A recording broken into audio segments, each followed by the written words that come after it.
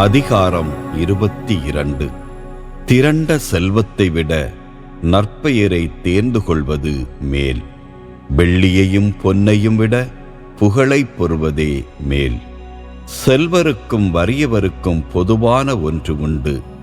அனைவரையும் உண்டாக்கியவர் ஆண்டவரே.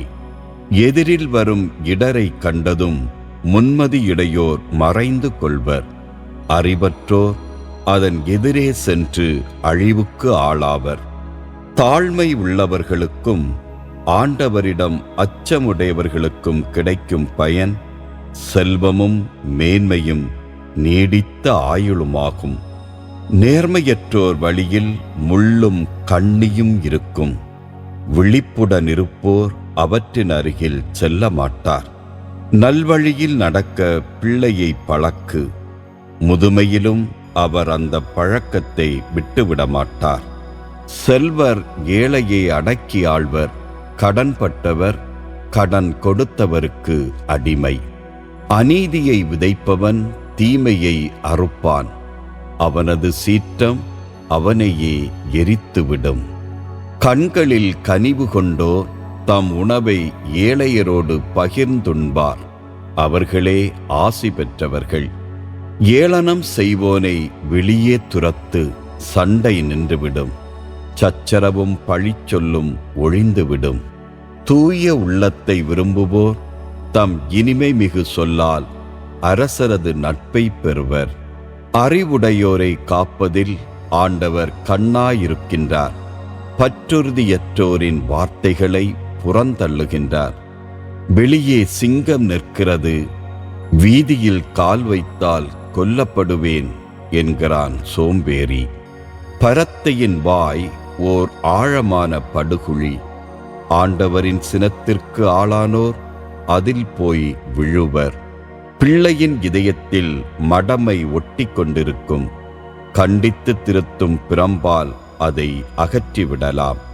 செல்வராகும் பொருட்டு ஏழையரை ஒடுக்குவோரும் செல்வருக்கு பொருள் கொடுப்போரும் ஏழையாவர். 30 முதுமொழிகள்.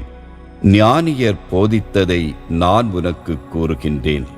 செவிமடுத்து கேள். நான் புகட்டும் அறிவை மனத்தில் ஏற்றுக்கொள். அவற்றை நீ உள்ளத்தில் பதிய வைத்துக்கொண்டு தேவைப்படும் போது எடுத்துரைக்க கூடுமானால் உனக்கு மகிழ்ச்சி உண்டாகும். நீ ஆண்டவரை நம்ப வேண்டுமென அவற்றை நான் உனக்கு என்று தெரியப்படுத்துகிறேன். அறிவும் நல்லுரையும் தரக்கூடிய 30 முதுமொழிகளை நான் உனக்கென்றே எழுதி வைத்திருக்கின்றேன் அன்றோ? அவற்றை கொண்டு சரியானதையும் மெய்மையையும் உனக்கு காட்டியிருக்கிறேன். இதனால் உன்னை அனுப்பியோருக்கு உண்மை பதிலை உன்னால் தர முடியும். 1. ஒருவர் ஏழையாயிருக்கிறார் என்று அவரை வஞ்சிக்காதே. ஒருவர் ஆதரவின்றி இருக்கிறார் என்று அவரை நீதிமன்றத்தில் சிறுமைப்படுத்தாதே. ஏனெனில் ஆண்டவர் அவர்களுக்காக வாதாடுவார். அவர்களது உயிரை வாங்க பார்க்கிறவர்களின் உயிரை அவர் பறித்துக் கொள்வார். 2. கடும் சினம் கொள்பவனோடு நட்பு கொள்ளாதே. எரிச்சல் கொள்பவனோடு தோழமை கொள்ளாதே. அப்படிச் செய்தால் அவர்களின் போக்கை நீயும் கற்றுக்கொள்வாய். உன் உயிர் கண்ணியில் சிக்கிக்கொள்ளும். 3. பிறருக்காக ஒருபோதும் பிணையாய் நில்லாதே. பிறர் கடனுக்காக ஒரு நாளும் பிணையாய் நிற்காதே. அந்த கடனை திருப்பிக் கொடுக்க உனக்கு ஒரு வழியும் இல்லாதிருந்தால் நீ படுத்திருக்கையில் உன் படுக்கையும் பறிபோய்விடுமன்றோ? 4.